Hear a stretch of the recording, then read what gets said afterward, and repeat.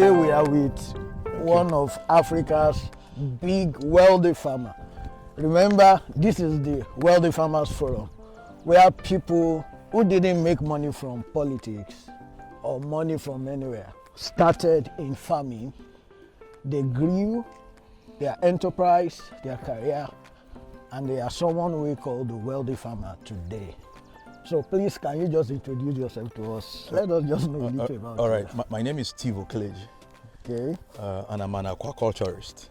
All my life I've been on the farm. I was privileged to be born by a farmer and old veterinarian. The story is out there. Wow. So we grew up on the farm, but I picked my own interest in fish. My dad had a very large commercial farm, and it was integrated: poultry, goats, fish, pigs. We had all the domestic animals and arable, very large, expanse of land for arable. So, but I picked up my own interest in fish while growing up, and I didn't also know I was going to study fisheries. I wanted to become an engineer.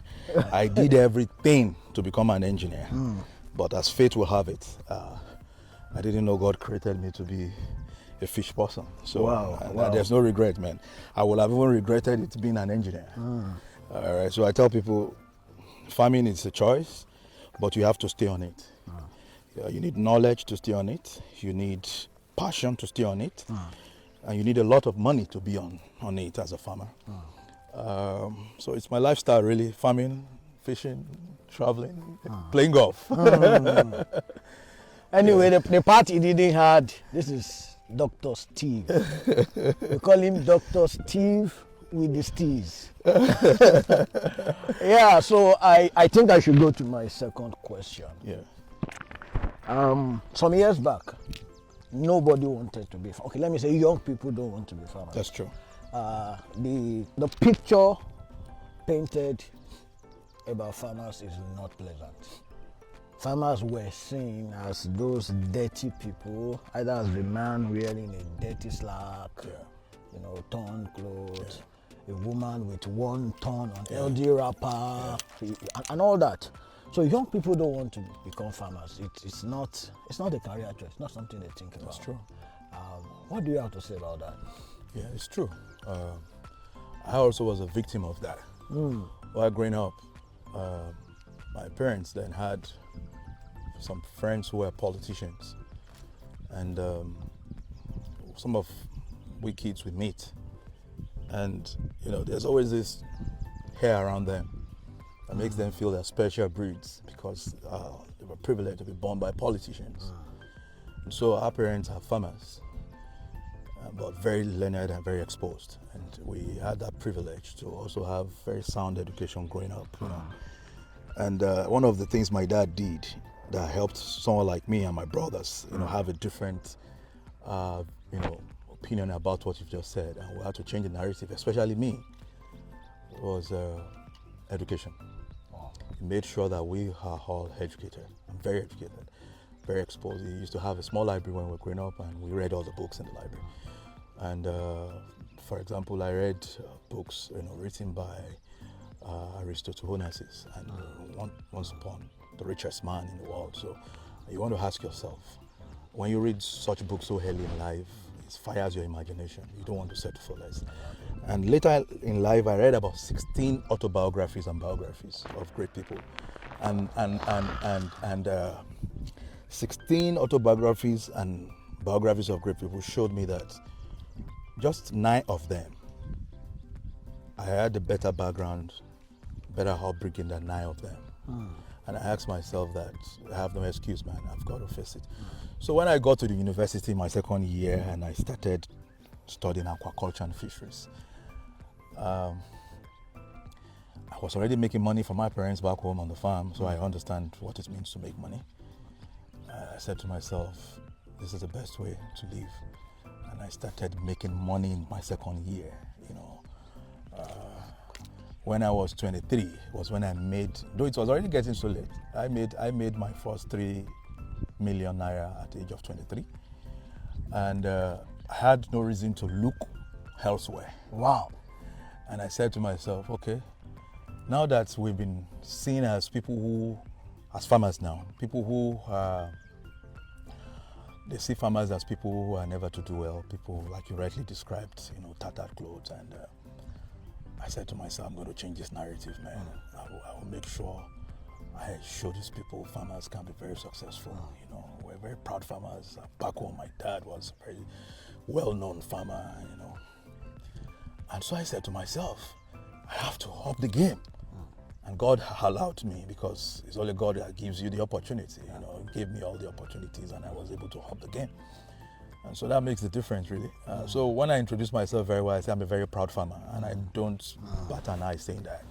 I say that deliberately so that it can sink into the heads of those who want to look down on farmers, because we give you the life, really. You cannot do away with farmers. I have friends abroad who are farmers. These are rich billionaires, all right, in dollars, and they're farmers. And so what's your excuse? And really, and to tell young people, if you want to live the kind of lifestyle we live, if you want to enjoy the kind of, this is Monday morning. If you're a medical doctor, you can't be on the golf course on Monday morning except when you're retired. The only life that avails you that is the life of a farmer. I tell you, that you can hit the golf course on Monday morning while others are running to banks to work. You know, back in the days, I used to say, joking, I used to have an ex-girlfriend who used to tell me, Steve, you're wasting your time, when I started with just 2 boxes of wooden boxes to, you know, to raise fish while I was in school. And they said, you're wasting your time. You better go get a good life and go get a banking job. Today, the bankers will keep our money for us. We don't have to go to the bank. Not even just keep. Yeah. Sir, where are you? So that's the life, really. That's the life, really. You must be deliberate about it. And I like it when I see young guys doing great stuff. I'm meeting a couple of young boys doing great stuff now, and I'm always very inspired. There's this young guy that makes me so happy, Femi Adekoya, the drone farmer. Makes me so happy. He reminds me of those good old days when I was young, like in my 20s, man. I think I'm going to come back. I think I'm going to come back to that. One thing you can deduce from what I'll be taking the next shot soon. Dr. Steve said is education, exposure. One of the reasons for this program is to give those who are not privileged to have, probably from home, parents who could inspire, or who could have inspired their interest in farming, or who can give them a kind of self-confidence that looking up for a career in farming, it's not a waste of your time. And you can imagine the young man Dr. Steve was mentioning. I'm sure if I ask him, he would tell me he saw people like Dr. Steve. Okay? And that gave him confidence to say, I want to career in this field. Tell us, doctor, this is the, do I call it a rhetorical question? What has farming, or what has a life in farming denied you of? Now, get that, I said it's a rhetorical question. I just want you to tell me what life as a farmer has afforded you. But I said, what has it denied you? You know, like those your friends, you said, parents, politicians, they were engineers and all that. And like the girlfriend, you said, Steve, get a life. Why are you trying to? Not trying to be a, you know. What did they see? What did they think people who have such career can enjoy that in their own imagination a farmer cannot? So that's why I said, tell us what your life as a farmer has not afforded you. You get what I'm saying? 100%. I want to say people like that are short-sighted without any apology. And you cannot give what you don't have. If there's no basis for comparison, then you have nothing to say about it. Exactly. But if there are basis for comparison, then you have a lot to say. My life as a farmer, or let me say farming, or let me say as an aquaculturist, as a farmer here, I've never had anything that I have to think twice before I could achieve. It has availed me all the opportunities. And honestly, just being modest, there's no level of authority that I cannot have access to. I'm just being modest about it. And as a farmer, you get what I'm saying? I do. As a farmer. And I'm saying it's just being a little bit, modest about it. There's There's no. Doctor, I don't want you to be modest. Guys, see, this is the Wealthy Farmers Forum, okay? Earlier this year, I saw a post on Dr. Steve's page. One of his friends died. It's not a good one. But let me tell you who this friend was. The vice president of a country. A vice president that consults with Dr. Steve. You get what I'm saying? So when I said, what as a life with farming or as a farmer has denied you, maybe you cannot even buy a first-class ticket to any country of your choice you want to go for. Because I think these are things people see and they say, can farmer afford, or you want to drive a Rolls Royce if you like, and you think you cannot afford it. Maybe you want to tell us that. Really, you see, the beauty is, as a farmer, you are independent. What you need to do to be more successful in farming is to, number one, have that knowledge. You see, when you are knowledgeable, you are so powerful, you are so bold, you are so confident, because you are talking based on what you know. You can't beat it. So knowledge is very critical. So for young people who want to be wealthy farmers, or who want to be very comfortable farmers, the most important thing is for you to be able to acquire knowledge first. Let that be the bedrock of whatever you want to do. Knowledge. Be aggressive. Be a reader. I just told you I read about 16 autobiographies and biographies. And there's no how you read that kind of a thing that you will remain the way you are. All right. So knowledge is critical. And then to yourself be true. To thyself be true. Be that fantastic guy you imagine. Surround yourself with good people. You made mention of my late friend. Anytime I remember him, I just break down. Because that was a promising start. Yeah, the vice president of Malawi, Chilima. We're very good buddies, friends for almost 10 years. And he died in a fatal aircraft accident. And life has not remained the same with the folks who really loved him. Even the whole of Malawi missed him. So, so as a farmer, and how did we meet? We met on the fora, one of the African Union programs. I'm always, so I have it at the back of my mind that as a farmer, you also have to not limit yourself. You must also be able to aspire to meet people. And as a leader, you are not always going to be talking about farming. You will also be meeting people across different fields in life. You have to be vast. Yeah, you have to be vast. All right, so, and there's virtually any sphere of human endeavor that you should not be able to contribute. That makes you a very successful person, really. For me, but I really don't also attach importance to wealth or money. One thing I will never deprive myself for is comfort. Because I believe that's why you need to work hard for money, is to buy your comfort, really. Every other thing is secondary. To me, nothing matters to me, not money, really. It's your comfort, and that's why I work so hard, to be able to afford that comfort. Wow. Anywhere. Wow, you hear that? Dr. Steve is going to take a shot while we watch him do his second shot, and we continue with the interview. Stay tuned, guys. So I'm on the rough, and sometimes in life, you see, the game of golf teaches you. Ball behind, sir. Yeah. Take a shot.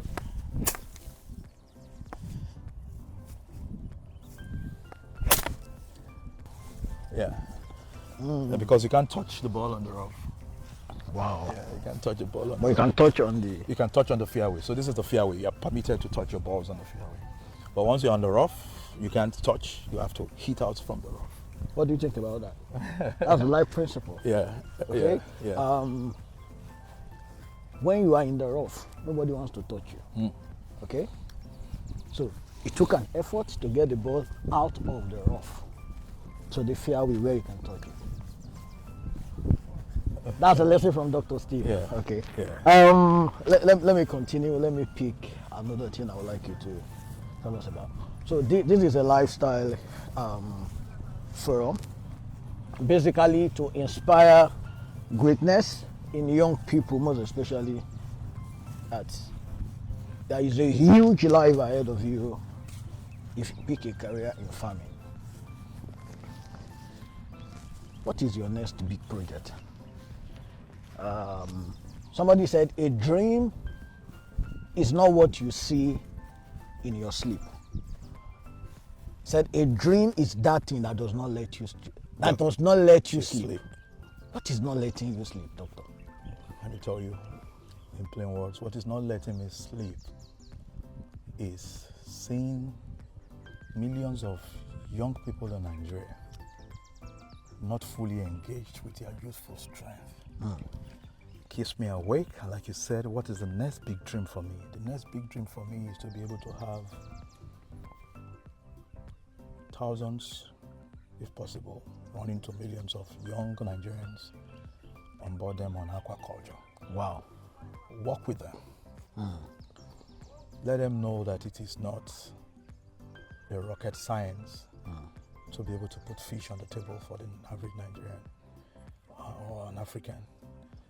As long as you have water around you, I believe you can have fish. That's always been my life. Those who know me from childhood, from university days, they know me as Steve wakes up, he thinks of fish. He's always on the move. It's all about the fish thing. And so when I see Africans go hungry, or young people not using their strength, youthful strength very well, it baffles me, because I know that the time ticks so fast, especially once you're 30. Before you know it, you're 40, and once you're 40, you're 50. Once you're 50, you're 60. Once you're 60, you're 70, and that's all. And so the time is actually short for you to be able to do anything meaningful in life. So my advice to young people is, guys, start early. Just start early. Early. I told you I made my first 3 million at the age of 23. 23. And then I've not stopped making millions, man. And so, but the truth of the matter is that this is not a life devoid of failures. I have failed many times. I've failed consistently for over 20 years in trying to chart a path that has never been done in aquaculture in Nigeria, in Africa. And we've been able to come up with viable solutions. For me, again, I say, you document your lives of failures. You document and celebrate your life of successes. You also have to keep documenting your lives of failures, because they are books for people to read. Some of our farms today, when we get there, I tell the new employees when they finally meet me that I hope you are attending to the trade secrets. You know, we have a template, a success template. So if you jump that, and these were things I was able to do, you know, particular for each farm over the years. If you jump that template, you will fail. You can't miss that. A, B, C, D. You have to. It's like a ritual. All right. So, and that's the founding principle of life. You've got to follow that pattern of growth. You have to struggle. I failed many times. Banks have collected my vehicle. You know, First Bank, without apology. And I made up my mind throughout I would die. I would never have an account with First Bank. Because of what they did to me, because of the staff. So, you know, I've been through, you know, that year I lost everything. I bought a new vehicle, was taking fish to the north. On the second trip, the vehicle had an accident, lost the fish. The other vehicle was grounded somewhere. And I wasn't married then. And then my other vehicle, I went to the bank to, you know, talk to them in the morning to say, hey guys, these are the pictures, I have the evidences. I lost everything. Could you just help me restructure the fund that I got from you? And the next thing the guy said is, I've been instructed by the bank to impound your vehicle. Before I knew it, I saw a police guy behind me. Wow. Yeah, and they said, your keys, man. I got there, I met all my, then I was using an old Thunder. I always love trucks, man. Trucks are my life. And so I met all the four tires deflated. And the guy didn't even care about my story. And you know how God does these things? In less than 10 days after then, I got a $200,000 grant. Yeah, from the World Bank. And then so, I said to this guy, if I'd killed myself. So another lesson of life is, at the brink of you dying, just lift up your head. There's a little hope somewhere. You know, Peter Drucker said There's a little hope somewhere. when a business succeeds, sometimes it does not succeed Can on I the use market Or that the pitch? business saw when it started. nor the possibilities that the entrepreneur saw. But when a business succeeds, and I say when a man succeeds, he succeeds based on the passion, the belief in what he's doing. Look at that. At the, the brink of success, he had a little failure. And those who cannot grow with him, they lost it. Wow. That's an amazing shot. That's an amazing shot. Wow. Yeah. Young people, this is a big one for me. That the wealthy farmer you see today actually had their days of challenges. Okay. Success is not devoid of failure. No. Failure is part of success. It even makes it sweeter. Makes your story sweeter. And that's what you just heard from Dr. Steve. Doctor, thank you for the vision of empowering millions of young people. Also tell us something. How do you feel when you see a young boy who wants to be a Yahoo boy? He thinks he's only in Yahoo he can make money. Do you want to tell us, or I would like you to tell us that there is bigger money in farming? The kind of money Yahoo cannot even dream of. Yeah. You see, and it's not just money with influence, money with impact. Yeah, you see, what you just asked me, it's a very pathetic one and a painful one when you have to think about how we got to where we got to as Africans.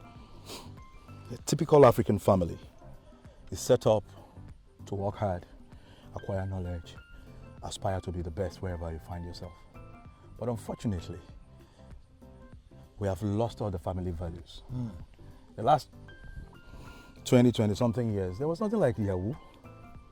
Yes, we had 419. But it baffles me when I see young, bright guys who can channel these God-given intellects and skills into something novel, something great. And you have to waste your time to make someone cry. You have to, defraud someone because you want to make money. There's no life in that. Even when you make all the money and it feels like you're living on top of the world, it's just a matter of time. It's bubble burst. It's a bubble burst lifestyle. In no time, it fades off. The fundamental principle is never be lazy. And for us to correct this, because it's now a social menace, we have to go back to our homes. In Yoruba land, there's an adage that says, Ile Latin kwe shorode. You cannot, I believe in this, my axiom, that you cannot give what you don't have. Ọmọ tó ń bá ti kọ́ láti léèrè kò lè kọ́ ẹ̀ṣọ́ ròde. My mom was a teacher, and I know what she instilled in me while growing up, and my brothers. And mark it, there's nowhere you will find an Okeleji that you will not find excellence. From my own parents' talk, and I'm saying it with every boldness. And so if every family, and then I have another family, the Olumides, there's nowhere you find an Olumide. The clan of the late Rear Admiral Olumide, Professor Falabi Olumide. There's no, and I can mention very solid families like that in Nigeria. And so when you bring these people together, bring good value, families who are able to keep good values together, then we have a better Nigeria, we have a better society. But in the children of bastards, that's children who were never trained, man. When I say bastard now, I'm not really talking about polygamous setup. Yeah, I get it. Yeah, because polygamy is African, all right? So I'm not saying I'm going to be a polygamous person, okay, so that my wife doesn't come after me. My wife, she's now on the bench, so I have to be careful with the things I say publicly. But the truth of the matter is that, so you must be trained. You see, so what we see in our society today is a failure of our family values, really. And me, I used to say that we need a national reorientation. I used to pray one prayer with my wife. I said, may our kids never get married or become close to the children of these bastards. Even if we have a control over ourselves, man, those kids, because they all go to the same school. So you've got to fight for it, pray, and be deliberate. You heard that? You have to be deliberate to make. And let me say this from what Dr. just said. Peradventure, you're watching this, and I don't want to say you are a son of. Let me use that word. Peradventure, you're watching this, and you are not fortunate enough to come out of a good family. A good family can come out of it. Yes, 100%. Okay? 100%. Doctor, can you talk to someone like that? Yeah. Who came out of a home, Yeah. and then he wasn't good. The parent left him or her to do anything he or she likes. What kind of future can that young man build? Because this is one of the reasons why we are doing this, to inspire people like that. Yeah. Well, if you are that kind of unfortunate person, because I say it's unfortunate because you are not able to determine where you come from. So for me, why I'm never proud in life is I see everything as privilege. The fact that you are from the background or from the home you're from is not by your own doing. Allah call you on die for you. It's privilege. All right. And so if you know that and you are unfortunate to come out from a very bad background, what you need to do, if you're listening to me, is to, number one, identify and know and accept that, yes, the background is bad, but you also need to lift up your head and look at those who are doing well, those who are doing outstanding things, those good children, those good guys. Try to become their friends. And I said something earlier, I said, to thyself be true. That's my founding principle. Don't deceive yourself. Warm up to them. Be a good friend. Be a good person. Determined to be good. Determined not to allow your background. If you can conquer that first phase, then you need to be around good people. In no time, your story will change. I don't believe you have to go to church all the time and say, God has done whatever He's going to do for you by creating you. He's giving you the brain, man. So the next thing you need to do is to work on yourself. Work on yourself. Be determined to be the best. I was determined to be the best in my field. It just didn't come on a platter. It's determination. Determination. And you work at it. Surround yourself with good people. Never be afraid to talk about your failures, because it is from there you pick up success. Yeah. You just add that if your back was on the ground, you don't have to stay back on the ground. Get up. Determination. Yeah. There is this word Ambassador Adini used when we interviewed him for Wealthy Farmer. Yeah. He said, you can start small, but scale fast and think big, so that you can grow big. Yeah. Dr. Steve said determination. You see, he used the word privileged home. Some people came out of a privileged home and they allowed it to get into their head. Yeah. And they messed up. But look at what privilege has done to him. He was not only privileged, he had a determination for a future. Yeah. And we are seeing it today. So young people, this is an epitome of a wealthy farmer indeed. And that's the truth. The last thing I'm going to push across to Dr. Steve is, he has said something about determination, but I also want him to talk about one of my best words, dream. Because this interview is not about me. Somebody was asking me, how was it possible for you to do one or two things? I said it was just a dream. And then I discovered that what I have in my hand is what I need to build to get to my dream. Doctors, tell us about dream. How can a life dream take someone to places they don't even imagine they can get to? Okay, so let me tell you one of my little secrets. For you to dream, you must be able to imagine it first. When people talk about dreaming, they think it's when you sleep. The dreams don't even actually make you sleep. Your dreams will never make you sleep. So for those who do not know the meaning of dreams, it keeps you awake, you cannot sleep. So before you get to that place, you must be able to envision it. And that keeps you all night. You cannot afford to sleep.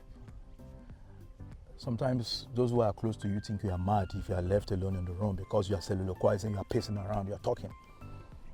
You are imagining it, you are writing it down. Somebody is talking to you, you are out of thoughts. You are not there, you are not in tune. If you don't get to that point where you are consumed by that idea or by that dream, then you've not started dreaming. That keeps you awake at night, keeps you hot within, and you can only do that in solitude. You can't do that when you jump around, parties. Yeah, it's not bad to have a social life. I have a social life when I have to turn out like a social boy. I do that big time, all right? But you must know when to withdraw quickly. And for young people, really, I tell people the cheat code in life that you can find is find a good mentor. It's a cheat code. Wow, you heard that? If you want to work fast and smart, find good people around you. That's the only cheat code you need in life.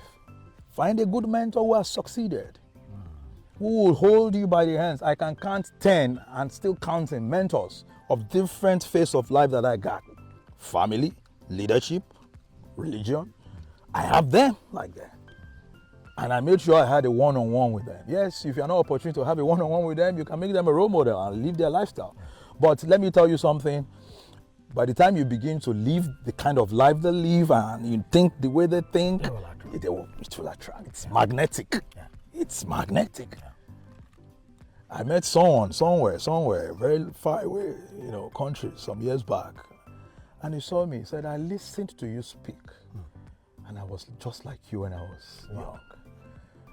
And he offered to mentor me. He's a billionaire in one of the African countries. All right, very old man, now 85. And so you ask yourself, if you never had that kind of inner depth, knowledge base, so when you talk, because when you speak, it tells 80% of who you are. So when you talk, and people are not able to add one or two and say, oh, this guy has substance, you can attract substance. But when you talk, and they know you've got substance, they will come to you, it will attract. Right. And then to thyself be true. When you find an opportunity to find a good mentor, please be 100% a correct guy. Because he will open the next door for you. The next door will open the next door for you. That's the way it works. Guys, this is powerful. I will have ended now. But there's something you did that triggered, I think your question or something I would have loved you to just spend 1 or 2 minutes on. All right, sir. I see a bad trait in a lot of some of our young people today. They want to be the big boy. Severally you have mentioned mentors. In fact, somebody was telling me that somebody was boasting. He did this, he did that. And somebody now snapped him, shut up. That person taught you. Please, I want you to advise our young people. Talking about where you got inspiration from. Yeah. Talking about where you got the push from does not reduce you. Yeah. It adds to you. Yeah. It builds you. Yeah. And it will make other people want to even help you more. Yeah.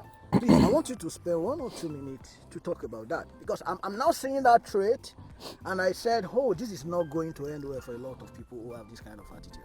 Yeah, so young people must learn that. I don't know how to say that in English. I think I can try. Wherever you call the head, you must never use it as a footstep. And before you get to where you think you are, others have gotten there and they've left there. And so you must realize quickly the role of proper mentoring or mentorship. And you must also realize that you are not all by yourself.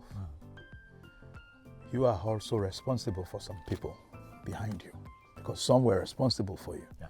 And so if you, by chance, become successful, and that's why I said that for me, money is not a measure of success. That's never been my measure of success. The only thing that I enjoy with wealth is comfort. That I am able to buy my comfort anywhere in the world. That's what wealth is meant. Oh, that's why I can say, okay, yeah, I love being wealthy, or I want to be more wealthy. All right? So, but not money, but comfort. And so if you are now lucky to get to that point, that is, you have money, and you feel those who probably mentored you, or put you on their shoulders, and you got successful, and you feel you can look down on them and say they don't matter anymore. It's just a matter of time. It's just a matter of time. You will come down again. Because I tell people, success is not enough. Character is the most important thing. Character. And every young person must be deliberate about having a good character. A lot of leaders today don't have the character. The Omoluabi of the Yoruba thing. You might be smart, you might have the opportunity to rise fast with your education, you're savvy with whatever you do and you get up the ladder, but what will keep you there is your character. Iwani, your character. And these things are fundamental. Character, you must learn it from cradle. And if you miss that fantastic cradle, you can catch up. And so for people who are overtly obsessed with success, you've got to tailor your ambition a little bit and respect authority. Guys, I think it has been a wonderful time with our wealthy farmer today. Loads of knowledge, loads of wisdom, so much to swallow. See, I've learned a whole lot. And really, Dr. Steve, it's a wonderful experience. Always a pleasure. Let me tell you something. Doctor rolls with presidents, with billionaires, with the people, anyone you can imagine. Oh, I want to be like that. And he's still very humble. Yeah. And he's going somewhere. Recently, Doctor is one of the brain behind the new policy for our blue and aquaculture industry in Nigeria. And I'm glad it's coming from someone like you. I don't have a doubt. Thank you. There is hope for the future. Thank you. We will still call on you some other time. Thank you. But we appreciate you. Thank you so much all the time, sir. I think we just watch you play your game while we take our leave and say, yes. Thank you. It's been a great time. Guys, that's what we do at the Wealthy Farmers Forum. This is where we bring great people. You see, the Wealthy Farmers Forum is not for that person that stole money from politics or anywhere. It's for individuals who built their wealth in farming. They saw a future, they gave it what it takes, and they have achieved success today. They are living their dream life. They are touching lives in the millions. They are affecting lives. So, look forward to more editions of the Wealthy Farmers Forum, where we bring another amazing individual who's doing fine in Africa and the rest of the world. So, thank you guys. I still remain Adebowale Onofuwera, the initiator of Wealthy Farmers Forum. See you next time.